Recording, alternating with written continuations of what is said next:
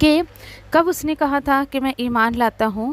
اس وقت کہ جب اس نے جو ہے موت کے فرشتے کو اپنے سامنے دیکھ لیا، اور اس وقت وہ کہنے لگا کہ ہاں میں جو ہے اب بنی اسرائیل کے رب پر، یا بنی اسرائیل جس پر جو ہے ایمان رکھتے ہیں میں اس پر رکھتا ہوں۔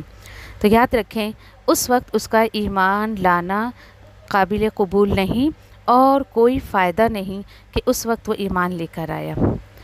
ٹھیک ہے، آیت نمبر 91 پر بھی تھوڑا سا غور و فکر ہم کرتے ہیں انشاءاللہ، کہ دیکھیں یہاں پر اللہ سبحانہ تعالیٰ فرماتے آنا، اب اس کو یعنی جواب ملا اس کی بات پر کہ اب تو ایمان لے آتا ہے، وقد عصیت قبل وکنت من المفسدین، کہ بھائی اس سے پہلے تو بہت نافرمانی کر رہا تھا اور تو زمین میں فساد مچا رہا تھا۔ خود سے پوچھے، یہ آنا پہ غور کریں اور خود کو ذرا یہاں رکھ کر دیکھیں کہ چلیے یہ تو فرعون کی بات ہے، اس کو چھوڑ دیں، اگر اس آیت پر میرے اور آپ کے لیے کوئی سبق ہے اس پر ہم غور و فکر کریں تو ایک بات یاد رکھیں کہ الحمدللہ یہ قرآن ہماری زندگی میں آ چکا ہے، لیکن کیا واقعی میں اللہ کے ساتھ پوری ایمانداری نبھا رہی ہوں؟ پوچھے خود سے، کیا میری زندگی میں یہ آنا آ چکا ہے یا نہیں آیا ہے؟ اور یہ بڑا ظالم بادشاہ تھا، اتنی فساد مچاتا تھا، اور اس لیے دیکھیں کہ یہ آپ صلی اللہ علیہ وسلم کہا کرتے تھے کہ ہر دور کا ایک جو ہے فرعون ہوتا ہے، اور میرے دور کا جو فرعون ہے وہ کون ہے؟ ابو جہل۔ کیوں؟ کیونکہ دیکھیے کہ فرعون کو بھی جو ہے وہ پانی میں غرق کر کے ہلاک کیا گیا تھا، اور ابو جہل کو جو ہے وہ بدر کے موقع پر کنویں میں ڈال کر ہلاک کیا گیا تھا، اس کو کنویں میں ڈال دیا گیا تھا۔ لیکن اللہ کے رسول صلی اللہ علیہ وسلم کہتے ہیں کہ میرے وقت کا جو فرعون ہے وہ زیادہ سخت ہے۔ کیوں؟ کیونکہ موسیٰ کا فرعون تو ایمان تو لے آیا تھا نا، بھلے اس نے موت کے فرشتے کو سامنے دیکھا، عذاب دیکھ لیا تھا، لیکن ابو الجہل کا تو معاملہ ایسا تھا کہ موت کے وقت تکبر سے کہا کرتا تھا وہ کہ میری گردن کو میرے جسم میرے دھڑ کے ساتھ تم جو ہے وہ لوگوں کے سامنے پیش کرنا۔ اللہ کی پناہ اکڑ رہا تھا اس وقت بھی، ایمان کی توفیق اس کو اس وقت بھی نہیں ملی۔ اللہ اکبر، سوچے ذرا، یاد رکھیں کہ جس کو یعنی کہ اللہ سبحانہ تعالیٰ یعنی کہ بالکل اس کے شعور میں اور ایمان کی دولت دے دے تو یہ ایک بہت بڑی نعمت ہوتی ہے اللہ سبحانہ تعالیٰ کی طرف سے۔ چلے، اس وقت جب یہ فرعون اپنے جو ہے وہ ایمان کا دعویٰ کر رہا تھا موت کے وقت، اللہ سبحانہ تعالیٰ نے اس سے ایک وعدہ لیا، اور وہ کیا وعدہ تھا انشاءاللہ ہم قرآن میں ہی دیکھتے ہیں۔ آیت نمبر 92 میں اللہ سبحانہ تعالیٰ فرماتے ہیں فَالْيَوْمَ نُنَجِّيكَ بِبَدَنِكَ لِتَكُونَ لِمَنْ خَلْفَكَ آیہ۔ جی ہاں، اللہ سبحانہ تعالیٰ فرماتے ہیں تو آج ہم تیرے بدن سے روح کو نکال لیں گے، ٹھیک ہے، روح تیرے جسم سے نکال لیں گے اور صرف تیرے بدن کو ہم بچا لیں گے تاکہ تو رہے تیرے بعد میں آنے والوں کے لیے عبرت کے نشانی۔ اور اکثر لوگ جو ہے انسان ہماری نشانیوں پر دھیان ہی نہیں دیتے ہیں۔ یہ ہے شکوہ اللہ کا، اور ایک بہت بڑی حقیقت، اللہ رحم کرے۔ سوچے جو دیکھیں کہ یہ آیتیں غیر مسلم جب اس کو سنتے ہیں اور پڑھتے ہیں تو وہ مسلمانوں کا مذاق اڑاتے ہیں کہ بھئی تمہارے قرآن میں تو لکھا ہے کہ اللہ نے فرعون سے کہا اور اس سے وعدہ لیا کہ تیرے جسم کو ہم بچا کر رکھیں گے، تو کہاں ہے فرعون کی باڈی؟ اور مسلمانوں کو خود پر بڑی شرمندگی ہوتی تھی کہ یہ غیر مسلم ہمارا مذاق اڑا رہے ہیں۔ تو اللہ سبحانہ تعالیٰ نے اس آیت میں جو دعویٰ کیا ہے، اس آیت میں اللہ سبحانہ تعالیٰ نے جو فرمایا ہے اس کو پورا کر کے دکھایا، اینڈ 19 سینچری میں تقریباً جو ہے اس کی باڈی کو ڈسکور کیا گیا، اور اس کے بعد دیکھیں کہ جب اس کی باڈی ڈسکور ہوئی تو یعنی کہ نمک سے لپٹی بھی تھی، اللہ نے اس کو نمک سے پریزرو کر دیا تھا، پانی میں ہی اللہ نے اس کو جو ہے وہ رکھا تھا۔ اللہ اکبر، سوچے یہ ہے اللہ کی جو ہے وہ آیتوں پر ایمان رکھنے کا نتیجہ، کہ کچھ لوگ جو ہے واقعی ایک مذاق کا سبب بنا لیتے ہیں اور کچھ لوگ ایمان لاتے ہیں، تو اللہ سبحانہ تعالیٰ اس طریقے سے جو ہے وہ اس کی باڈی کو ڈسکور کرا کے جو ہے یعنی نان مسلمس کے منہ کو تالا لگا دیا، بند کر دیا اللہ نے ان کے منہ کو۔